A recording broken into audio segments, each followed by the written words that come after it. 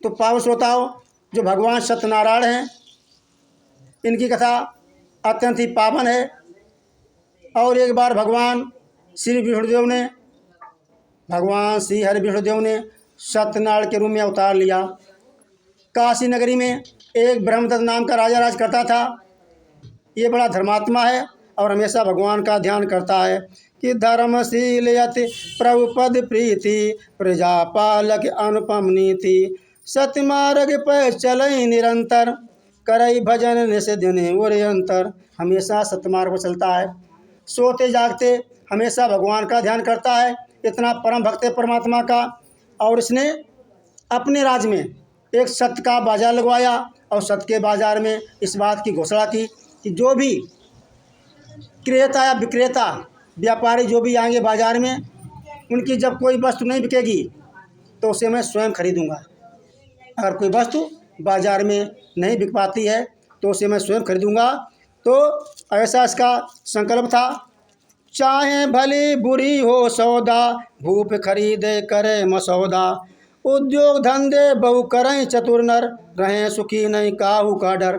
बहुत से उद्योग धंधे भी लगवाए जिससे हमारी प्रजा उद्योग धंधों से हमेशा संपन्न बनी रहे, कोई कमी ना रहे। तो आज बाजार सत्य का लगाया गया। इधर जब राजा ब्रह्मदत्त धर्म का पालन कर रहा है, सत्य के रास्ते पर चल रहा है, तो इधर विचार किया धर्मराज ने कि राजा की परीक्षा ले ली जाए। तो धर्मराज ने क्या किया, राजा ब्रह्मदत्त की परीक्षा लेने के लिए लोहार का वेश बनाया और शनि महाराज को बुला लिया कि हे शनि महाराज, आप लोहे की प्रतिमा बन जाइए। तो आज धर्मराज लोहार बन के उस शनि की प्रतिमा को लेकर के बाजार में आए और उसको बेचने के लिए एक जगह पर बैठ गए। जो भी आता है देख चला जाता है कि अरे भाई, हम शनि महाराज की प्रतिमा को लेकर क्या करेंगे, इससे तो हमारा विकास रुक जाएगा। भाई शनि जब हमारे घर में रहेंगे, शनिदेव जब मेरे घर में आएंगे तो हमारे सब काम बिगड़ जाएंगे, कोई काम बनेगा नहीं। तो इसलिए कोई भी शनिदेव की प्रतिमा को खरीद नहीं रहा है। इधर क्या हुआ, को न खरीदी भू मूर्तिकारी, साए भूपति आय निहारी। को न खरीदी मूर्तिकारी, साए आकर भूप निहारी।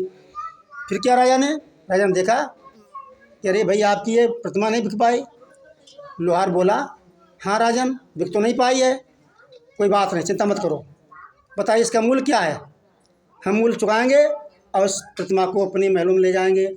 तो लोहार ने कहा, महाराज, इसकी कीमत 1,00,000 स्वर्ण मुद्राएँ हैं, आप 1,00,000 स्वर्ण मुद्राएँ दीजिए और इस प्रतिमा को ले जाइए।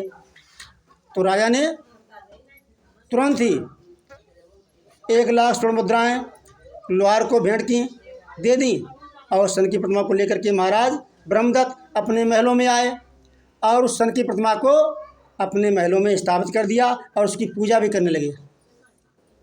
सूत जी कहने लगे, अय सौन का दृश्यो, जैसे ही सन की प्रतिमा राजा के महलों में आई तो एकदम से हर चीज़ उल्टी होने लगी।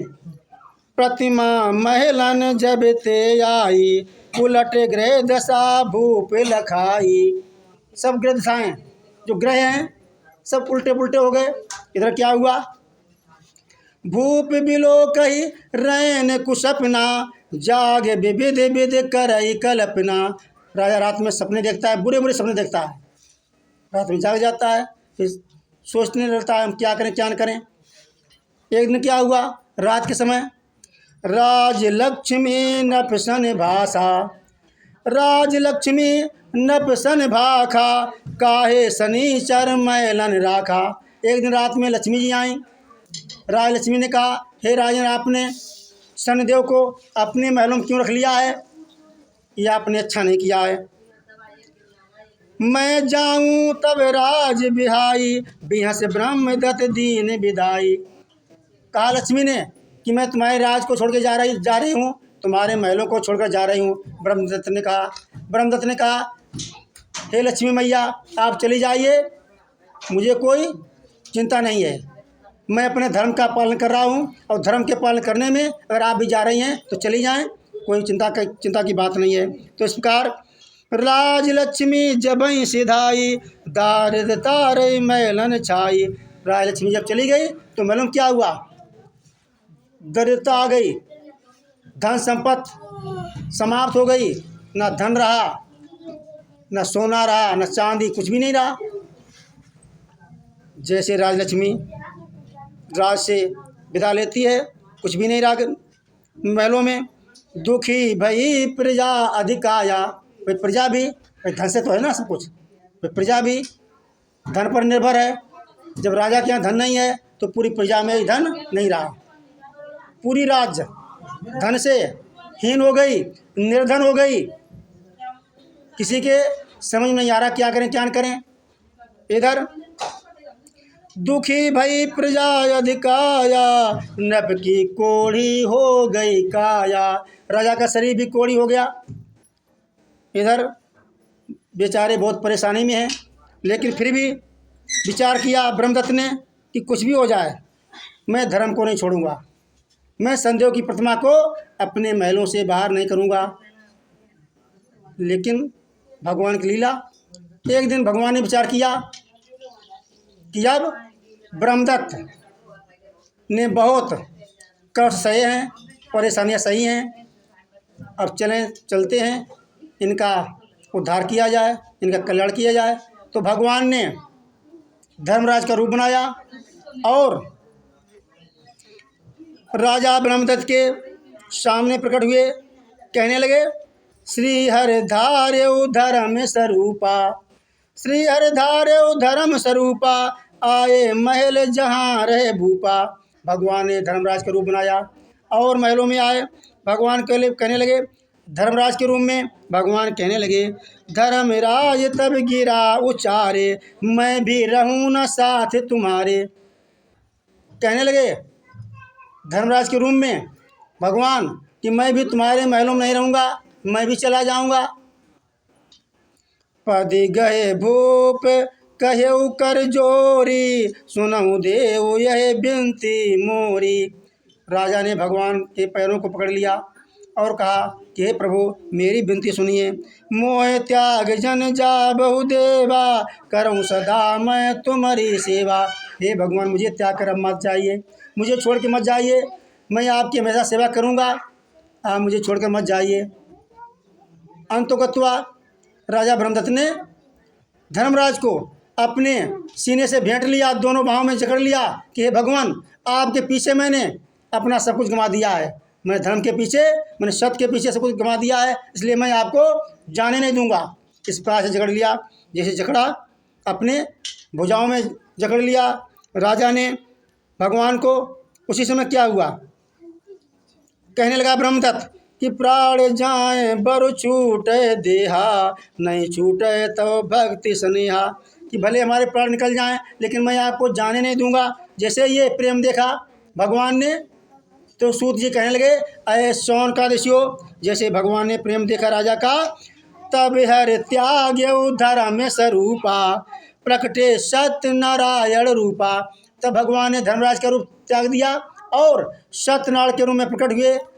भगवान सत्यनारायण के श्वेत वस्त्र हैं, चारों भुजाओं में शंख चक्रधा पतंग धारण किए हुए हैं, देवताओं ने फूलों की वर्षा की। बोलिए सत्यनारायण भगवान की जय। इस प्रकार भगवान सत्यनारायण जब प्रकट हुए, मिटे सकल दुख आनंद छाया, नभ की भई निरोगी काया।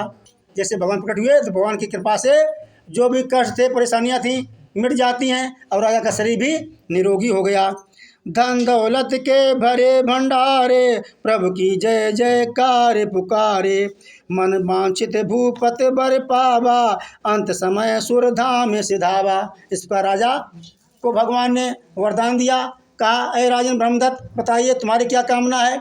ब्रह्मदत्त कहने लगा भगवान मैं जिस रूप में आप प्रकट हुए हैं, मैं सत्यनारायण के रूप में ही आपकी जीवन भर भक्ति करना चाहता हूँ। आप एक रूप से हमारे महलों में रहें, हम आपकी हमेशा सेवा करेंगे, भक्ति करेंगे, पूजा करेंगे, ध्यान करेंगे।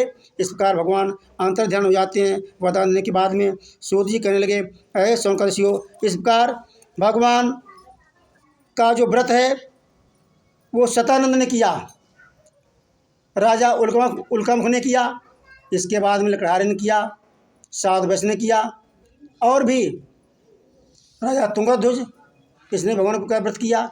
और जिन जिन लोगों ने व्रत किया है उनके अगले जन्म कथा सुनाता हूँ।